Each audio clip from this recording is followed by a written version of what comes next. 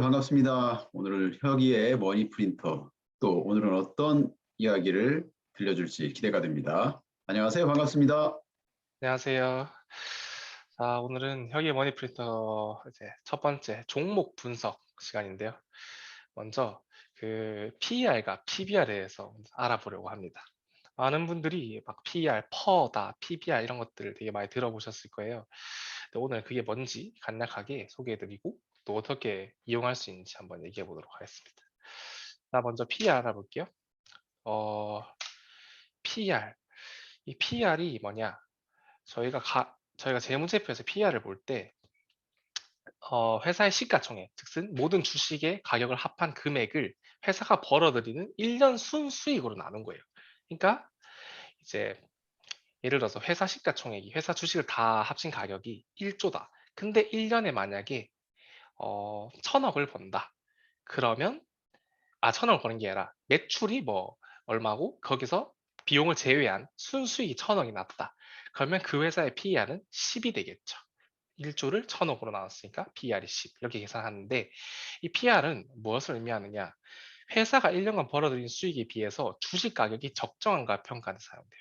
즉슨 예를 들어서 회사가 이제 1년에 100억 순수익이 100억이 나는데 회사 가격이 예를 들어서 막 3조다. 그럼 막 PER이 300인 거죠. 이렇게 하면 다른 회사들보다 너무 높다. 좀 더 고평가 혹은 거품일 가능성이 크다. 이렇게 저희가 볼 수가 있어요. 그리고 이 PER을 보는 방법은 저는 이제 네이버 금융을 자주 쓰고요. 네이버 금융에 가시면 이렇게 오른쪽에 재무제표를 간략하게 이렇게 띄워놓습니다. 보시면은 뭐 시가총액 뭐 이렇게 다다닥 나오고 이제 뭐 PER 적혀 있는 게 보이실 거예요. 이 회사의 PER은 6.3이네요. 그러면 대략 이제 버는 금액보다 버는 순수익에 비해서 시가총액이 한 6배 정도 된다. 근데 이게 높은지 낮은지 판단하는 기준이 저희가 보시면 동일 업종 PER이라는 게 있거든요. 이쪽 업종들이 평균 PER이 16인데 이 회사가 6이다.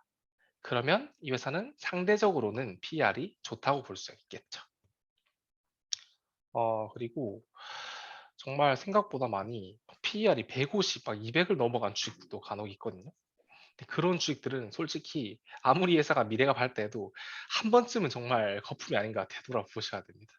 제가 과거에 겪었던 이제 바이오주들도 그랬고 그 당시 워낙 이제 또 주식이 뜨거울 때라 막 PER이 200, 심할 때 250을 넘는 것도 봤었는데 와, 전 사실 그걸 보면서 되게 두려웠거든요. 250이라는 거는 사실상 이 회사가 250년 동안 버는 금액을 합해야 이 회사 지금 주식 가격만큼 버는 거니까 아, 이건 거품이 아닐까 항상 걱정을 했는데 결국은 이제 엄청 심하게 떨어지더라고요. 네, 그런 경험이 있고 이 동일 업종 대비해서 PER이 낮을수록 좋은 겁니다. 그러니까 정확히 낮을수록 무조건 좋은 건 아니지만 낮을수록 조금 더 양호하다. 높을수록 조금 더 고평가되어 있을 가능성이 높다라고 보시면 되고 가끔 가다가 여기 PER에 N/A라고 나오는 경우가 있거든요. 이런 경우는 회사가 적자라서 이제 산출 불가. 사실상 되게 안 좋은 거죠. 예. 당장 수익을 못 내는 회사다라고 보시면 되고요. 이런 회사들은 가끔 이런 회사들이 물론 미래에 정말 크게 성장해서 돈을 벌 수 있으면 다행인데 대체로 이런 애들이 계속 적자가 유지되면 주주들은 돈을 벌 수가 없겠죠. 그러니까 주식 가격은 더 하락할 가능성도 높고 참고해 주시면 되겠습니다. 자, 그리고 그러면 여기서 이제 PER이 낮은 주식은 무조건 좋은 주식인가요? 이렇게 생각하기 쉬운데 저희가 보통은 PER이 평균보다 낮으면 조금 양호한 편이에요. 왜냐면 그만큼 회사가 좀 거품 없다는 소리니까. 근데 반대로 말하면 여기 나와 있듯이 회사의 위기 상황이 닥쳐서 이 회사가 지금 위기에 있어요. 그러면 주가가 빠지게 되겠죠. 그 주가가 빠지니까 PER도 덩달아 빠지는 경우가 있거든요. 음, 그래서 되게 잘 모르고 PER만 낮으니까 이건 아직 저평가된 주식이야 하고 사셔서 이제 낭패를 당하는 경우가 되게 많거든요. 이런 부분은 정말 늘 조심해야 되고 PER뿐만 아니라 정말 회사의 전체적인 상황을 봤을 때 이 회사가 정말 괜찮은데 PER도 크게 높지 않다라고 판단이 되면 투자를 하시는 게 좋습니다. 그리고 가끔은 성장주들 그러니까 지금 당장 이 회사가 큰 매출을 올리거나 가치를 가지지 못하지만 미래에 진짜 엄청나게 발전할 가능성이나 뭐 시장 지배력을 갖게 될 수 있다. 이런 경우에는 그 미래의 가치를 반영해서 지금 주식 가격이 크게 올라서 PR이 되게 높은 경우가 있어요. 이런 경우는 정말 거품인 경우도 있고 또 진짜 이 회사가 그만큼 유망해서 앞으로 정말 커질 가능성이 있어서 PR이 높은 경우도 있거든요. 그래서 무조건 PER이 높고 낮다 해서 낮으면 좋고 높으면 나쁘다가 아니라 어, 정말 회사의 전체적인 상황을 봤을 때 PER 적정한가를 보셔서 참고를 하셔야 됩니다. 그래서 제 생각에는 PER은 정말 거품을 어느 정도 평가하는 데 가장 좋은 것 같아요. 왜냐하면 너무 높다면 아무리 이 회사가 유망하다 한들 더 오를 가능성이 낮고 또 대체적으로 거품의 가능성이 상당히 높죠. 네. 벌어들인 금액에 비해서 터무니없이 가격이 높다는 소리니까 PER이 높은 것. 그렇게 생각하시면 좋고 기업의 가치 평가하는데 아무튼 PER이 중요한 지표가 된다. 하지만 그것만으로는 판단하지 마라. 뭐 그런 말씀인 것 같아요. 네, 그죠. 만약에 네. 저희가 PER이 무조건 낮은 주식이 좋다고 사고 높은 주식이 음, 안 좋다고 팔기만 하면 음, 그건 돈을 벌 수가 없죠. 로봇이 더 돈을 잘 벌겠죠. 근데 네네. 현실은 그렇지가 않은 게 실질적인 저희가 PER을 볼 때는 이 회사가 어느 정도 거품이 아닌가 해서 참고하는 정도만 쓰고 전체적인 음, 회사의 그 상을 다 봐야 됩니다. 특히나 회사라는 게 그 재무제표에 있는 그 숫자로만 표시할 수 없는 가치들을 가진 경우가 있거든요. 맞습니다. 대표적으로 코카콜라 가치. 음, 코카콜라의 브랜드는 브랜드 가치를 이게 뭐 1초야 이렇게 매길 수 있는 게 아니거든요.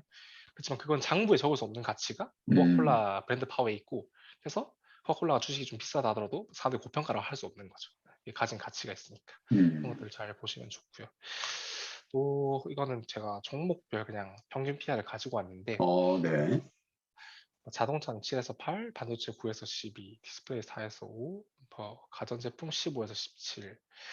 제약 같은 경우가 막 진짜 심할 때는 100도 넘어가고요. 50에서 70이 평균인데 근데 제가 여기 권장하지 않음이라고 써둔 거는 음, 제약은 어떻게 보면 성공하면 정말 대박, 실패하면 완전 음, 쪽박인 주식이잖아요.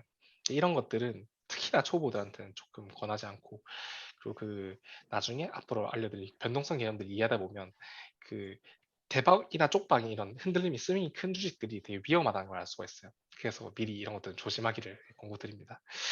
그리고 뭐 대표적으로 플랫폼 네이버나 이런 카카오 30에서 40, 스마트팜 12에서 15, 소프트웨어 30, IT 20.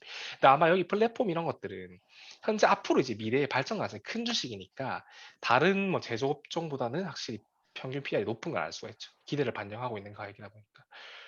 그래서 저희가 항상 PR을 고를 때 옆에 그러니까 같은 동종 업종을 봐야지 어느 정도 비교가 가능하지 아무 상관도 없는 예를 들어서 제조업이랑 뭐 항공이랑 이런 쪽에 같이 엮어가지고 제조업 평균이 뭐 10인데 여기는 20이네 그럼 이건 고평가네 이렇게 판단하는 게 안 되죠. 네.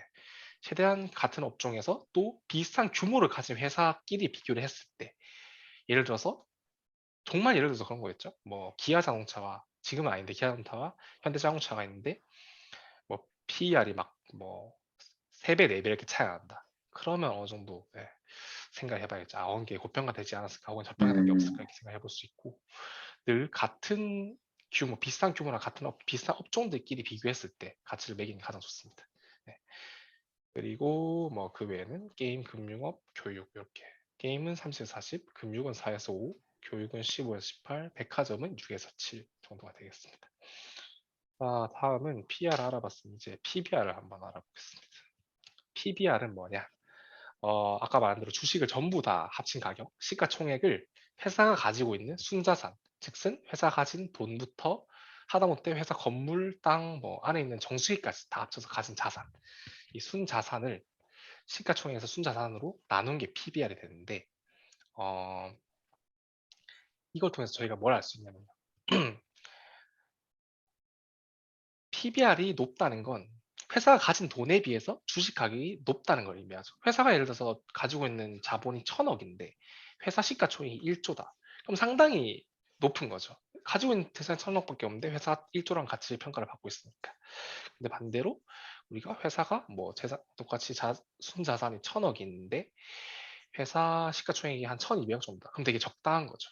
네, 회사 가진 금액과 비슷하게 이제 주식 가격이 매겨지겠다고 볼 수가 있고 근데 반대로 그러면 분명히 이게 정말 괜찮은 우량한 기업인데도 PBR이 높다. 즉슨 가진 돈에 비해서 회사 가치를 높게 평가받는다는 건 이 회사가 그만큼 미래에 뭔가 크게 될 잠재력을 가졌다고 즉슨 이제 프리미엄을 가졌다고 볼 수가 있어요.